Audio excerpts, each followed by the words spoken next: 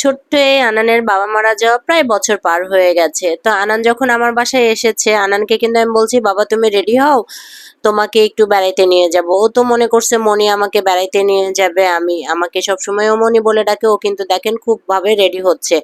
অথচ এদিকে কিন্তু আমি এবং ওর আঙ্কেল মামা মানে আমার বর আমরা সিদ্ধান্ত নিয়েছি ওর কিছু ব্লাড টেস্ট করাবো। কারণ মেয়েটা সবসময় ঝিমায়ে থাকে, অনেক উইক থাকে এবং পেটে ব্যথা করে আর খাবারের রুচি একদমই নাই। তো ডাক্তারের সাজেশন নিয়ে আমরা ওর ব্লাড টেস্ট করাতে যাবো। এখানে কিন্তু মাকে বলে রেখেছি তুমি আনানকে বলবা না।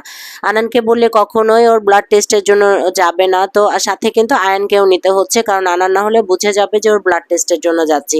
ওদিকে কিন্তু ডায়াগনস্টিক সেন্টারে আমার বর আগে থেকেই উপস্থিত আছে, মানে কোনোভাবেই আনানকে আমরা বুঝতে দিব না। আমরা বলেছি যে বাহিরে খেতে যাব। তো একটু প্রলোভন দেখিয়েই নিয়ে গেলাম, কারণ কি বাচ্চাদের ভালো থাকার জন্য তো কিছু কিছু সময় মিথ্যে কথাও বলতে হয়। এই মিথ্যেতে ওর ভালোই হবে, কারণ ওর ব্লাড টেস্টটা খুব দরকার ছিল এবং আফিফেরও মানে ওর ভাইয়েরও দরকার। তো ওর ভাইয়ের পরে আসলে ওর ভাইকে ওইভাবে ফাঁসায় নিয়ে যাব। এখন আনানকে নিয়ে যাচ্ছি। আমার একটু ভেতরে টেনশন কাজ করতেছিল, যার জন্য আসলে রেডি হওয়ার যে কোনো রকমে একটু আগ্রহ, সেই আগ্রহটাই আমার মধ্যে ছিল না। আমি বাসার একটা ড্রেস কোনো রকমে ব্যবহার করেছি। পরে আনান আয়ানকে নিয়ে কিন্তু আমি পপুলার ডায়াগনস্টিক সেন্টারে চলে এসেছি। পপুলার ডায়াগনস্টিক সেন্টার যেহেতু আমার বাসার কাছে, খুব একটা সময় লাগে না। এখন যেহেতু এখানে নেমেছি মানে শিববাড়িতে নামার পরে আনান ওর আঙ্কেল মামাকে দেখে প্রচন্ড অবাক হয়েছে এবং আঙ্কেল মামার উপরে সে কোনো কথা বলতে পারে না, একদম অবিডেন্ট। এখানে কিন্তু ব্লাড দেওয়ার পরে সে নিচে নামছে। সে শুধু বলছে, মনি তুমি এভাবে আমাকে ধোকা দিতে পারলা।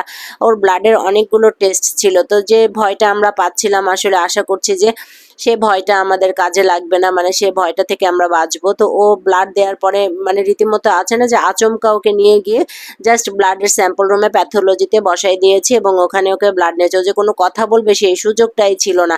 এক্ষেত্রে কিন্তু ওর আম্মু মানে আমার বড় বোনকে আমি জিজ্ঞাসা করি নাই যে আনানের একটু টেস্ট করাচ্ছি, কারণ বড়াপাকে জিজ্ঞেস করলে সে কখনোই করতে দিবে না।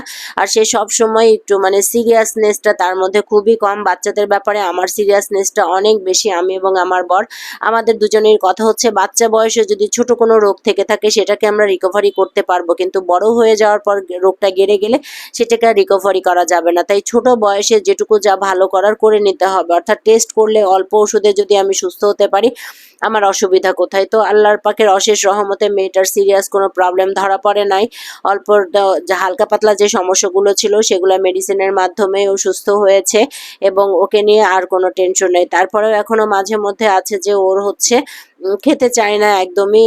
খাওয়ার মাত্রাটা খুবই কম। যখন আমি বাড়িতে থাকি বা ও আমার বাসায় আসে তখনই কেবল ওকে জোর জবরদস্তি করে খাওয়াইতে পারি। এছাড়া ও না আমার মায়ের কথা শোনে, না ওর আম্মুর কথা শোনে। মানে খাবারের ব্যাপারে তার খুবই অ্যালার্জি। সে কেবলই কমান্ডেড আমার এবং আমার বরের। আমাদের দুজনের কথাটা ভালোভাবে শোনে দেখে আমরা ওকে চোখ টোক রাঙাইতে পারি বা আমাদেরকে একটু ভয় পায়। আসলে যেখানে বাচ্চারা ভালোবাসা পায় সেখানে কিন্তু শাসনও করা যায়। তো ওকে শাসন করি। আজকে সকালে যদি একটা চড় দেই বিকেলবেলায় কিন্তু কাছে টেনে নেই। এইটাই হচ্ছে অবস্থা। তো বাচ্চাটা এখন সুস্থ আছে। সবাই আনানের এবং আফিফের জন্য দোয়া করবেন। আমাদের পেজটা সাবস্ক্রাইব দিবেন, পাশে থাকবেন। বাই।